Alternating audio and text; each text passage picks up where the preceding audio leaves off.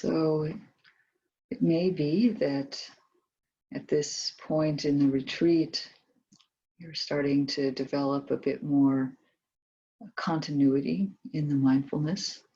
And that doesn't have to be a lot, but probably there's a bit more than when you began, even if you only began half an hour ago. So as we develop greater continuity of mindfulness, just being able to attend to experience, we can start to see more about how experience is unfolding.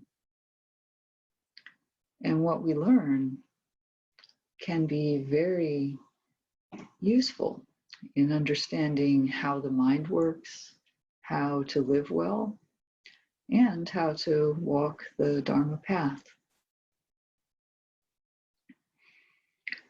One thing that we might notice is how experience flows in a sequence.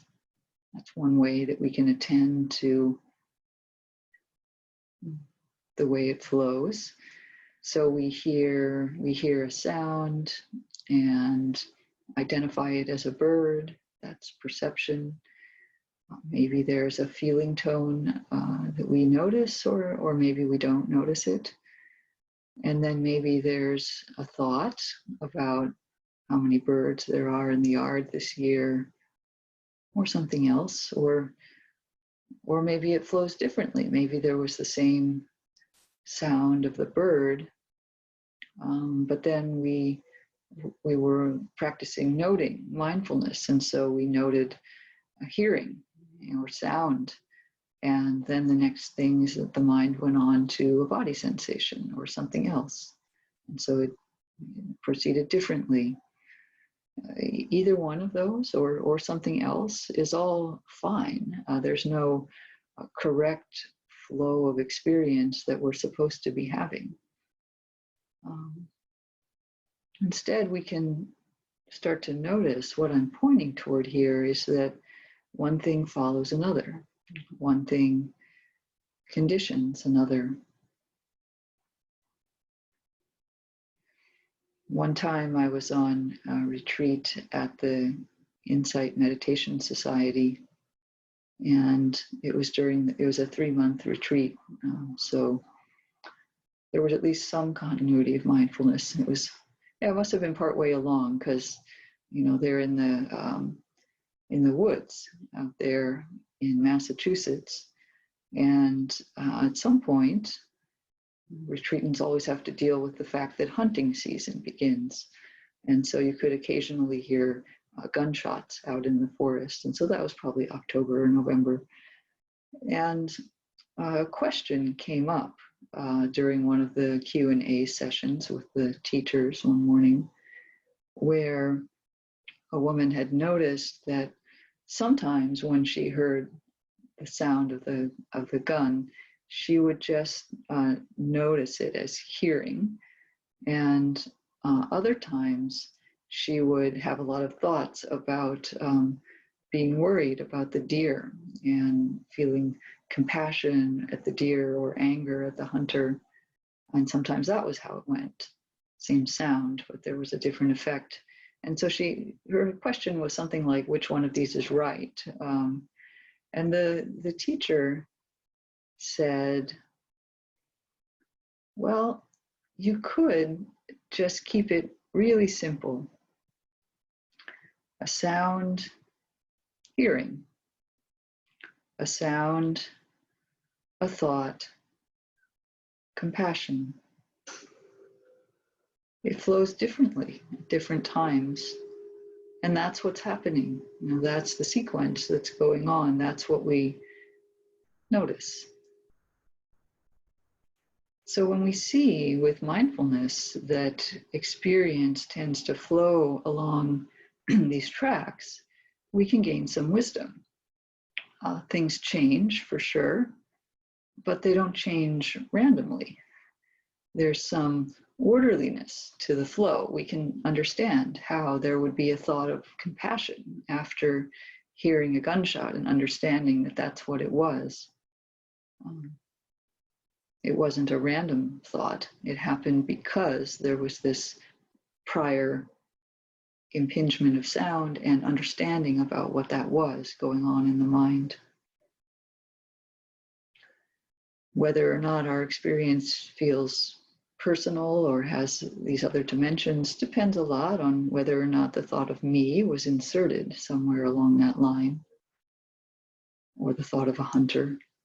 It's actually the same thing, to conceive of another or to conceive of the self. So this is one way that we begin to see how experience is what's called conditioned. Things depend on each other. Things arise because of each other in ways that we can notice just from moment to moment. Doesn't have to be very complex.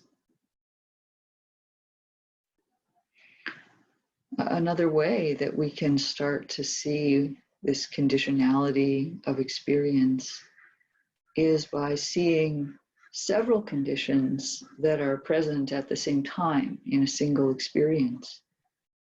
So we might be feeling at this moment, if we've been looking at our mind states, for example, we might see that at this moment we have sadness in the mind. And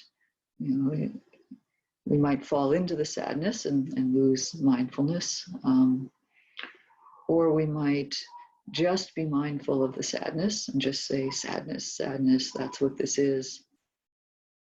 But it can be that when we have enough strength of mindfulness or continuity of mindfulness, we can open a little bit and ask, what else is here? What else is here along with this mind state that I'm experiencing? So there might, almost certainly, there are certain body sensations that are present along with the sadness. And this may be part of your practice already, is to notice what's going on in the body. But this is an example of conditionality. The body and the mind are linked. What we feel in the body is related somehow to what's going on in the mind. At least part of those experiences are related to each other. And if we open even a bit more, we might see that there are certain views or beliefs in operation that help to support and sustain that sadness in this moment. We have to somehow be holding on to an idea of a situation or something that we care about at the same time in order to have that experience going on. And sometimes we can see those, not always, sometimes they're just way behind the scenes, but as we open, we can see that there are several things in the mind interacting and sustaining each other together. This is a very important component of Dharma practice, when we start to be able to broaden and see the different things that are sustaining together in the moment. Because if we just ask the question, what are the causes and conditions of my sadness right now? We might start to go into, we might bring up stories about the past, for instance. And that can be useful at times. But in addition to that, there are always conditions in this very present moment that are sustaining it. We've seen that things happen not randomly, but based on conditions. So if we're feeling something in this moment, we can look for the conditions right in this moment. This becomes a very profound part of practice. Right now. Otherwise, it couldn't be happening. Things happen when the conditions for them are present, and they stop happening when the conditions for them are no longer present.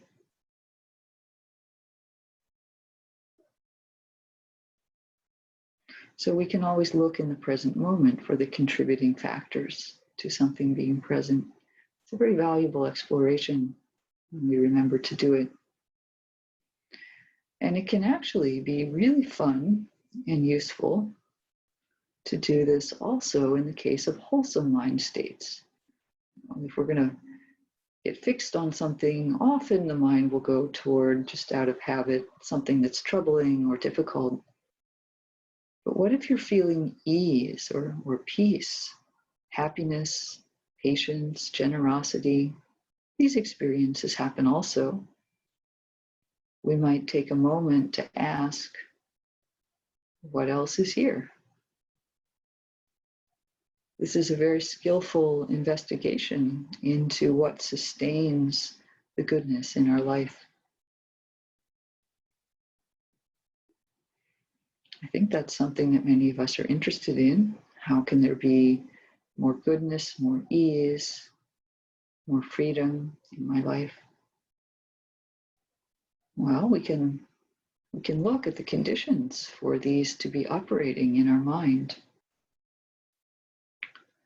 And at a very simple level, we can appreciate those conditions when they're present. Actually, appreciation of conditions is a factor for helping them to return again, to strengthen them.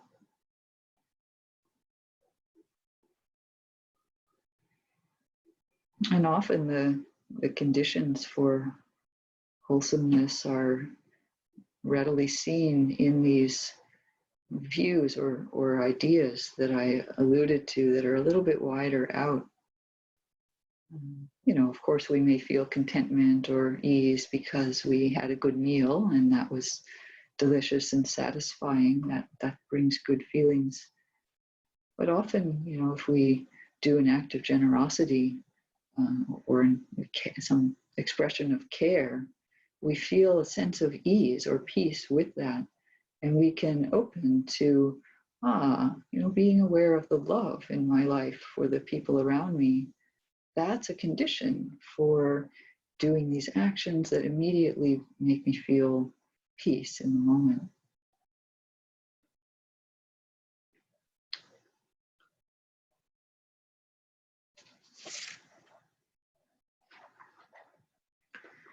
And this can become one way that we start to conceive of our Dharma path.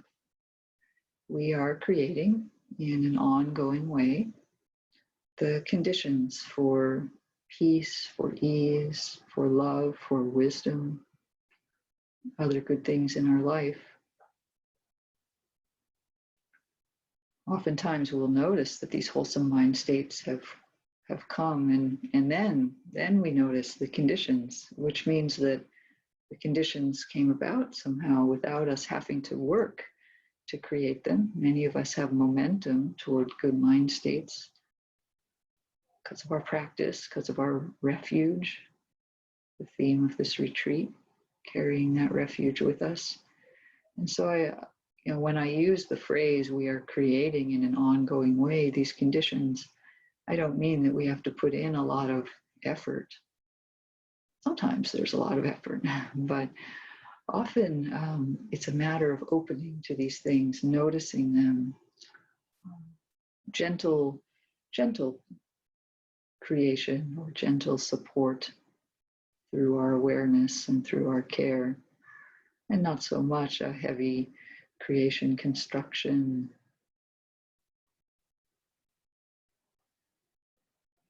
And it's nice to know maybe that when we participate in these wholesome conditions by noticing them, by caring about them, by valuing them, kind of as a bonus, we are simultaneously starving, as it's called, the conditions for unwholesome qualities, for qualities that are difficult for the mind, that block the wisdom, block our love. So we get kind of 2 for 1 in that when we appreciate and sustain these good qualities of mind, when they happen to be possible for us, we simultaneously weaken those things that are harder. And it's maybe important to remember at the same time that mindfulness is a wholesome state. So even if the mind, we don't have total control over how this flow goes. So even when the mind has gone wild, or when it's concerned or otherwise has some kind of dukkha in it, when we pull back and have mindfulness of that, that actually transforms the whole situation in the mind to one of mindfulness, to one that contains a very wholesome quality. One time on retreat, it was a long retreat, the teachers asked the whole group, how many of you would say that you are predominantly experiencing wholesome mind states on this retreat? And there were probably 90 people in the room. And I think less than 10, fewer than 10 raised their hand to that question. And it was a funny moment, right? Because we know on retreat things can come up, maybe even on this retreat when we get quiet. But the teacher then very skillfully said, do you remember that mindfulness is a wholesome state? So when we know that that things are happening, whatever's happening, right there, we've transformed the experience into something that's part of the path, something that builds wholesomeness. So that was a very helpful reminder for many people if they were experiencing busy mind or other things.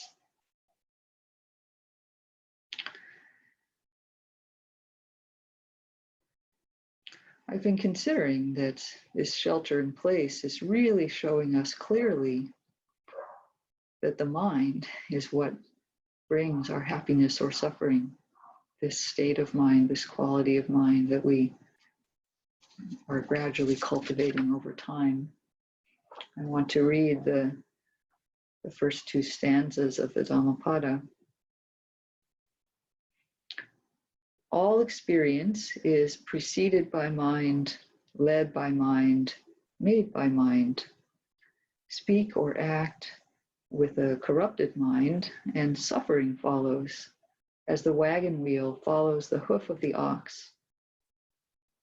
All experience is preceded by mind, led by mind, made by mind.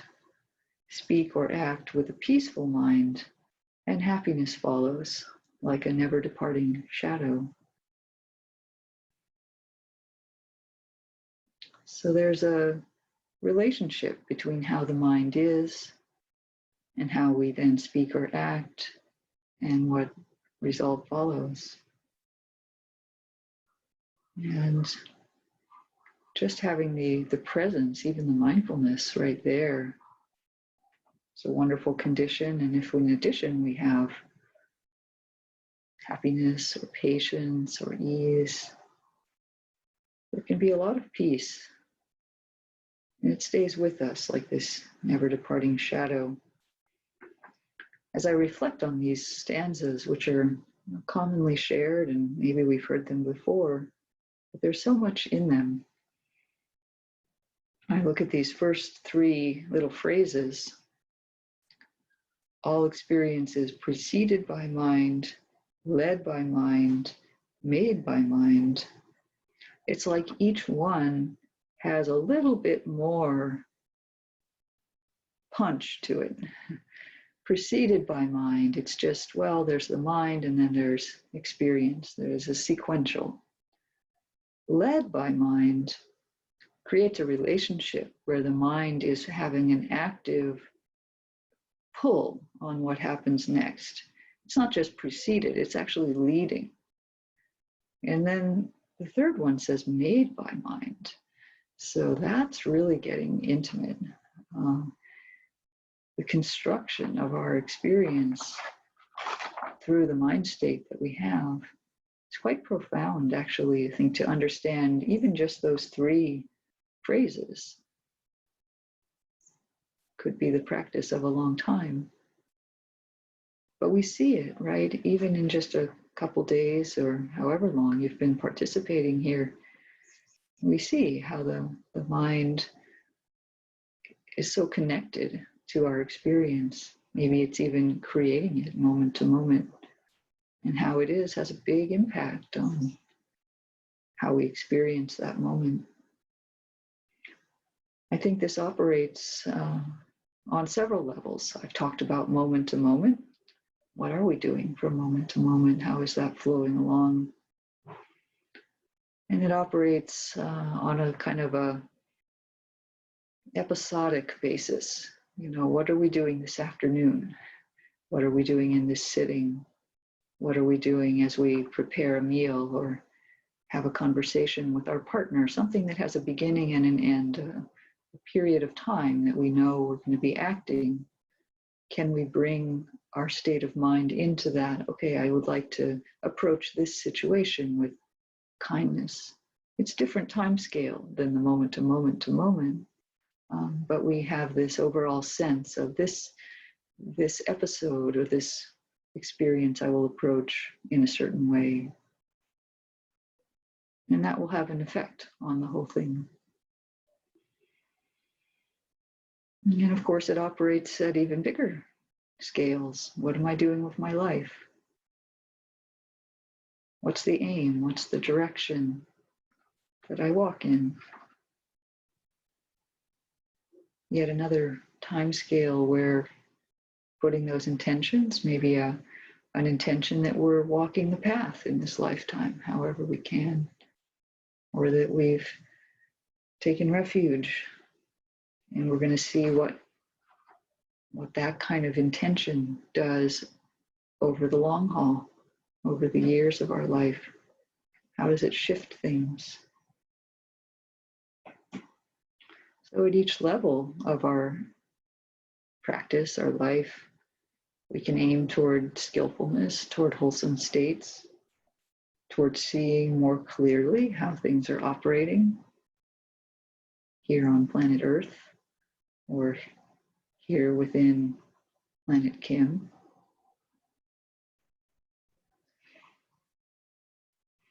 Dharma practice is about taking seriously the quality of our inner life, really caring for that, valuing that, placing that at the fore as we interact with others, with ourselves, and in our work, in our action in the world.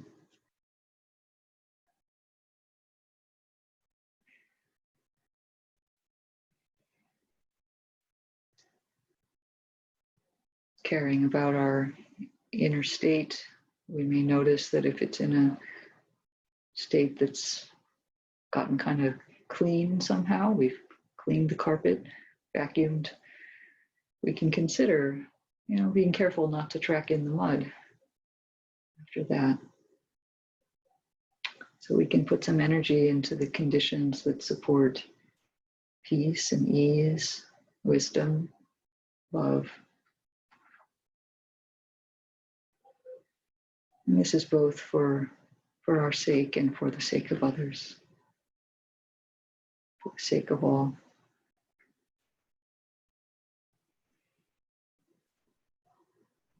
So I wish you well in the flow of conditions in this moment and in this day and in this life. May our good intentions carry us. Let's just sit together for a few minutes.